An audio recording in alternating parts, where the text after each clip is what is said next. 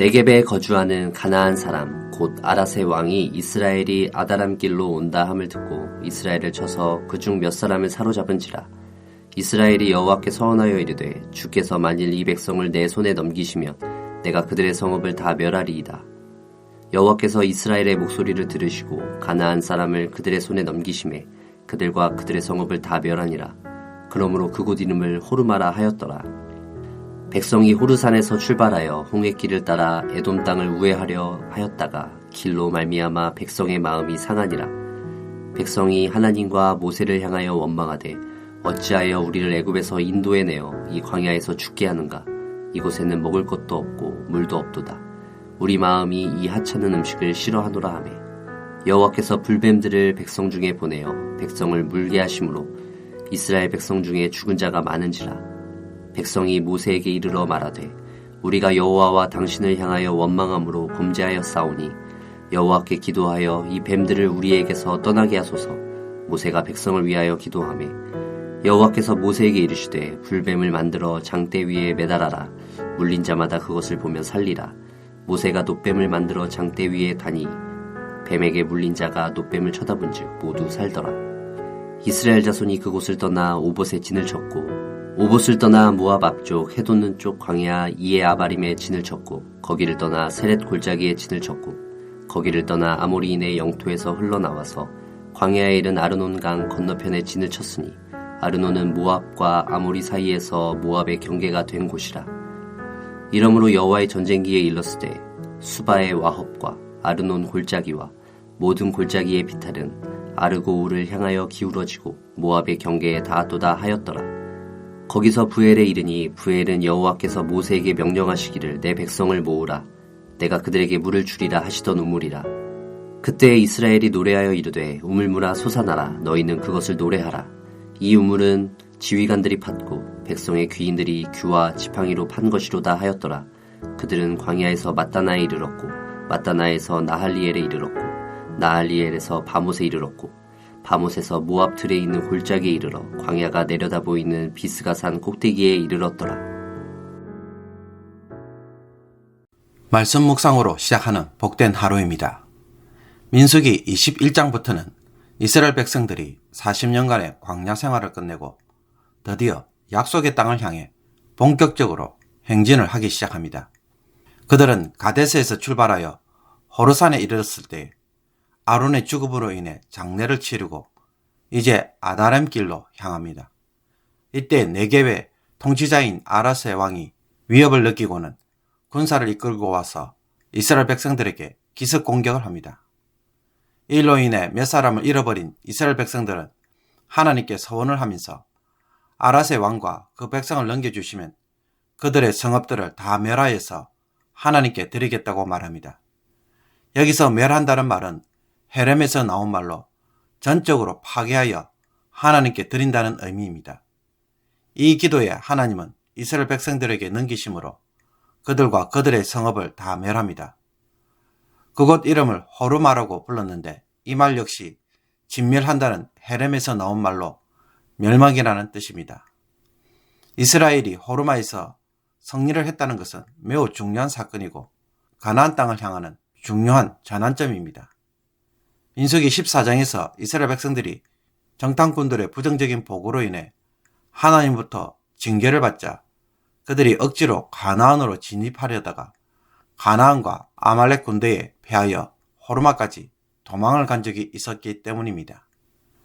과거에 실패했던 그 현장에서 하나님이 이제 승리하는 이스라엘로 바꾸어 주시는 사건이 바로 오늘 이 호르마에서의 승리입니다.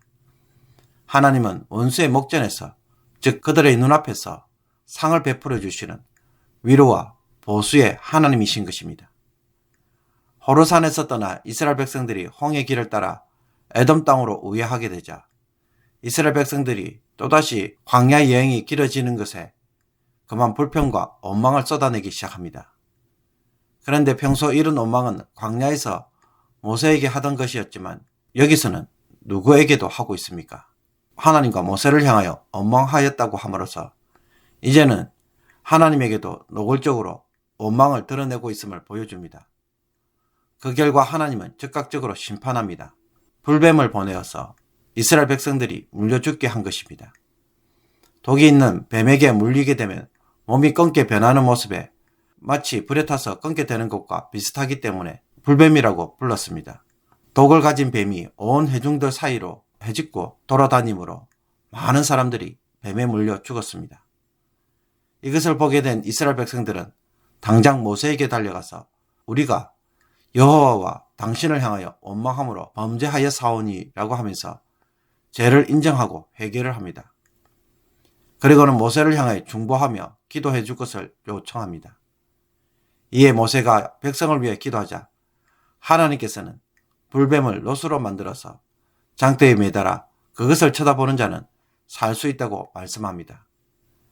여기서 우리는 한 가지 이상한 점을 발견합니다.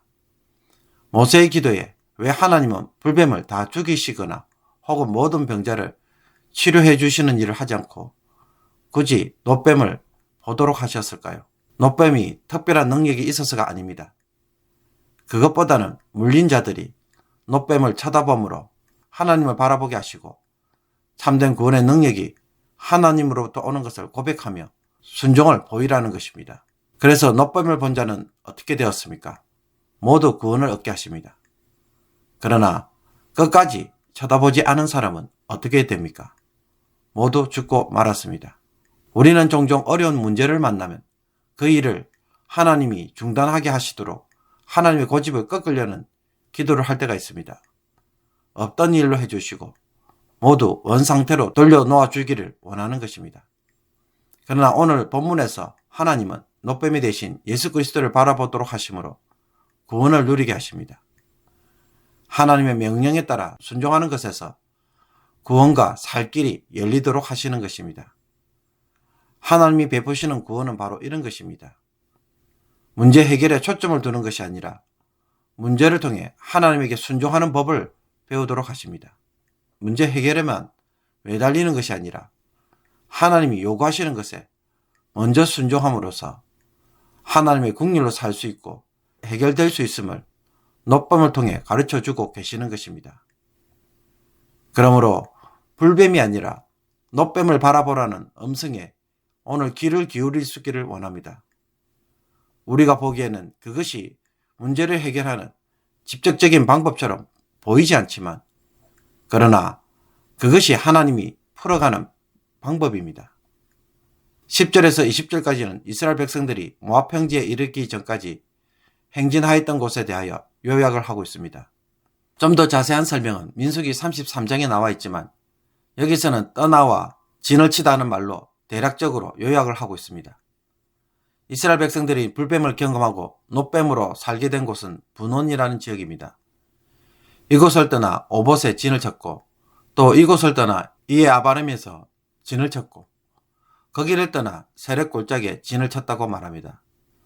세렉 골짜기는 에돔과 모압 사이에 경계를 이루는 지역입니다. 이스라엘 백성들은 이제 모압 근처까지 온 것입니다. 이곳을 떠난 이스라엘 백성들은 아모리인의 영토에서 쭉 뻗어서 광야로 나와 있는 아르논강에 진을 칩니다. 13절의 설명처럼 이곳은 모압과 암몬 사이의 경계입니다. 당시에 암몬 지역은 아모리 왕 시혼이 통치하고 있던 땅입니다. 이스라엘 백성들은 모압과의 전쟁을 피하기 위해 모압 땅도 동쪽으로 돌아서 갑니다. 그때 브엘이라는 곳에 이르는데 이곳에서 하나님은 우물을 파괴하심으로 물이 솟아나게 되고 이 일로 이스라엘 백성들은 노래를 부릅니다. 광야에서 방황하던 자들이 이제는 행진을 하고 있으며 모압 동편 모압에 이르는 길로 인도하시는 하나님 때문에 물을 주시고 노래소리가 그들의 입에서 흘러나오도록 하고 계심을 보여줍니다. 그래서 최종적으로 모압에 속한 비스가 산 꼭대기에 이르게 됩니다. 이 비스가 산은 아바름이라는 큰 산맥이 있고 그 산맥의 줄기에 느보산이 있으며 비스가 산은 느보산 중에 가장 높은 봉우리라고 말할 수 있습니다. 이스라엘 백성들은 드디어 모압 평지가 보이는 곳에 도착한 것입니다. 그러므로 광야의 마지막 여정에서 우리 하나님은 무엇을 보여줍니까? 광야길이 이제는 방랑이 아니라 행진이며 이제는 물이 없어 신음하며 불평하던 길에 우물물이 솟아나는 것을 보게 합니다. 그리고 노래가 흘러나오도록 합니다. 하나님을 삶의 중심에 놓고 살아갈 때 하나님이 결국 어떻게 하시는지 명확하게 보여주는 그림입니다. 사랑하는 성도 여러분, 광야가 힘든 것이 아닙니다. 광야에 하나님이 없기 때문에 힘든 것입니다. 하나님이 있으면 광야는 어떻게 됩니까? 전혀 다른 장소, 또 전혀 다른 노래를 부르도록 만들어줍니다. 그런데도 오늘 우리는 새로운 상황으로 새로운 길과 방법에 해결 방법을 찾고자 이리저리로 헤매고 있지는 않습니까? 이제는 하나님을 의지하고 하나님이 인도하시는 대로 살아가는 여정을 통해 고난의 현장이 노래의 현장으로 뒤집어지는 일들이 일어나기를 바랍니다. 하나님은 자신을 끝까지 믿고 따르는 백성들에게 반드시 광야에서 우물물이 솟아나게 하시고 노래를 부르도록 능히 도우실 것을 보여주고 계십니다. 그러므로 고단한 삶의 현장에서 기죽지 않고 도리어 하나님 때문에 소망을 품고 하나님의 능력으로 환경을 바꾸는 놀라운 일들이 일어나기를 원합니다. 끝까지 순종하는 자에게 하나님은 반드시 이와 같은 기쁨을 저와 여러분에게 주실 줄로 믿습니다. 기도드리겠습니다. 하나님 아버지, 우리의 삶에도 이제 광야에서 방황은 끝내고 약속의 땅을 향한 행진이 시작되게 하여 주옵소서. 실패와 패배가 아니라 승리의 기쁨을 주옵소서. 삶이 아무리 고달파도 불평과 원망으로 하소연을 하는 것이 아니라 하나님의 명령에 순종하는 것에서 살 길이 있음을 알고 작은 것이라도 순종하게 하여 주옵소서. 아직도 내 성질대로 하려는 문제들이 있다면 꺾어주시고 내 고집대로 하다가 실패한 것이 무엇인지 알게 하여 주셔서 속히 돌이키게 하여 주옵소서. 환경이 바뀌어지기를 막연히 기다리기보다는 어떤 환경 속에서도 하나님의 능력으로 헤쳐가는 지혜를 배울 수 있도록 오늘도 성령님께서 지혜와 깨달음을 주시며 우리의 우물물이 되어 주옵소서. 저희들도 이스라엘 백성들처럼 오늘 하나님의 신실하심과 선하심을 노래하기를 원합니다. 성령님께서 오늘도 믿음의 여정을 인내로서 감당하게 해주시고 하나님의 능력으로 상황들을 풀어가는 지혜로운 자들이 모두 되게 하여 주옵소서. 예수 그리스도의 이름으로 기도하옵나이다. 아멘.